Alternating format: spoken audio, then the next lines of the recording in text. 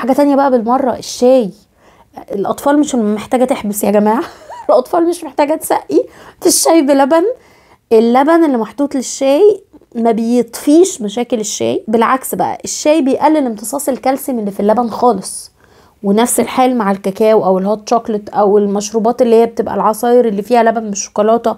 طالما انا حطيت كاكاو لوحده مش مضر، بس طالما حطيت الكاكاو مع اللبن ففي ماده اسمها الاوكزاليت موجوده في الشاي. ماده الاوكزاليت دي بتمسك في الكالسيوم اللي موجود في اللبن وتاخده وتطلعه من الجسم خالص مع الفضلات. فالشاي بلبن ملوش اي لازمه.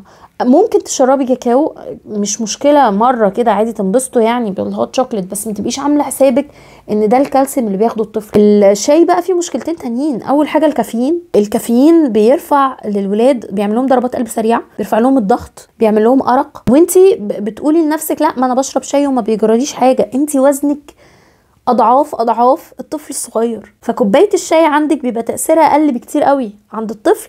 كوبايه الشاي اللي قد كده بالنسبه لوزنه الصغير ده بتاثر بشكل سلبي جدا. خدوا بالكم الكافيين كمان دايوريتك، يعني مدير للبول. يعني الواحد لما بيشرب حاجه فيها كافيين بيبقى عايز بعد الشاي والقهوه يدخل الحمام اكتر.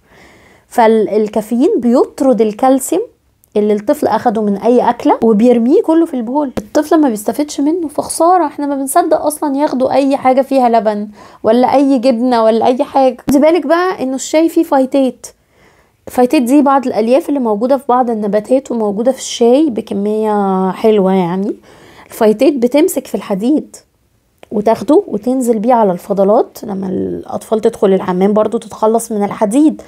مع كميه الانيميا اللي احنا بنواجهها الحكايه مش ناقصه. فالعيال لا ناقصه انيميا ولا ناقصه ان عظمها يتكسر، ده هم لسه بيبنوه بنقول يا هادي. وعلى فكره الفايتات دي برضو موجوده في الشاي الاخضر، والبسكوت اللي بنسقيه في الشاي والكلام ده سقوه في اللبن يا جماعه. ما ينفعش نشرب الولاد مياه غازيه خالص. المياه الغازيه مهما كان لونها فيها ضرر كبير على الولاد. احنا بنتكلم في هشاشه عظام. في بحث اخر واحد قريته اتعمل على حوالي 17,000 انسان قعدوا يتابعوهم 7 سنين، الناس اللي بتشرب مياه غازيه والناس اللي ما بتشربش. الناس اللي بتشرب حاجه ساقعه نسبة الكسور في جسمها 5 مرات اكتر من الناس العادية ما بتشربش. فما بالكم الاطفال اللي عظمهم اصلا لسه بيتكون. بنتكلم في تسوس اسنان، كمية سكر كتيرة قوي ممكن تؤدي للسمنة والكرش وكل الحاجات دي طبعا احنا عارفينها. كوباية الحاجة الساقعة الواحدة عارفة فيها كام معلقة سكر؟ 6. يعني كأنك حاطة للطفل مية و6 معالق سكر وشوية ألوان صناعية. ده كتير قوي على الاطفال. المشروبات الغازيه من اكتر الحاجات اللي بتعمل مقاومه للانسولين. احنا بنتكلم عن ان اطفال بتكبر تحتاج ان هي بعد الشر الشرايين تتسد، بيجي لها سكر سواء هم اطفال او في سن اكبر. بعد الشر عن كل الولاد كوليسترول عالي. احنا دلوقتي بقينا نقابل في الاطفال سمنه وكوليسترول عالي.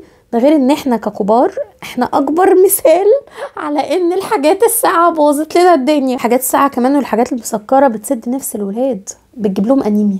تصدقوا بتقلل في نموهم، بتخليه الولد ما يطولش زي ما كان المفروض يطول، ما يتخنش زي ما كان المفروض يتخن، تحصيله الدراسي بقل بكتير، تركيزه، التطور الذهني بتاعه بشكل عام بيبقى اقل، التطور الحركي والنشاط بتاعه بيبقى ابطأ. والحقيقه ان احنا فاكرين ان هي بتهضم، بتساعدنا نهضم، لان هي اول بق بناخده بنحس كده ان الكربونيتد بافريجز دي بتنزل على المعده تغسلها كده والواحد بيبقى حاسس ان هو فاق. الحقيقه ان هي بعد ما بتدخل المعده الاحساس ده مؤقت، انها بعد ما بتدخل المعده بتبتدي تعمل عسر هضم، تبتدي مع الوقت تعمل غازات. الاطفال الصغيرين بيبتدوا يحسوا بامساك مع الوقت. في منهم بياكلوا كتير يعني شهيتهم مفتوحه قوي، والسكر اصلا بيتخنهم ويسوس سنانهم. وفي منهم ما بياكلش خالص، فتلاقي الولاد بتخس اكتر ما هي اصلا بتبقى صغيره ورفيعه قوي. ما تركزوش بقى في فكره اصلا انا هديله اللي لونها ابيض، مش هديله اللي لونها اورنج، مش هديله اللي لونها اسود. هو مش المفروض ياخد اي لون ولا حتى اللي لونها ابيض خالص.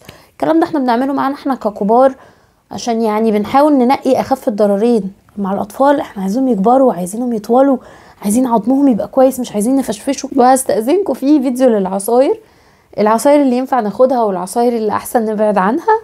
بصوا عليها ما تزعلوش مني والله، انا بس خايفه على الولاد، هم زي ولادي. لو حطيتي في دماغك انه ينفع نمنعهم منه ونقول لا، او على الاقل نقننه او نعرفهم ان هو مش مفيد، في فيديوهات على اليوتيوب لذيذه بالعربي والانجليزي بتعرف الولاد الاخطار والغلط بتاع المياه الغازيه.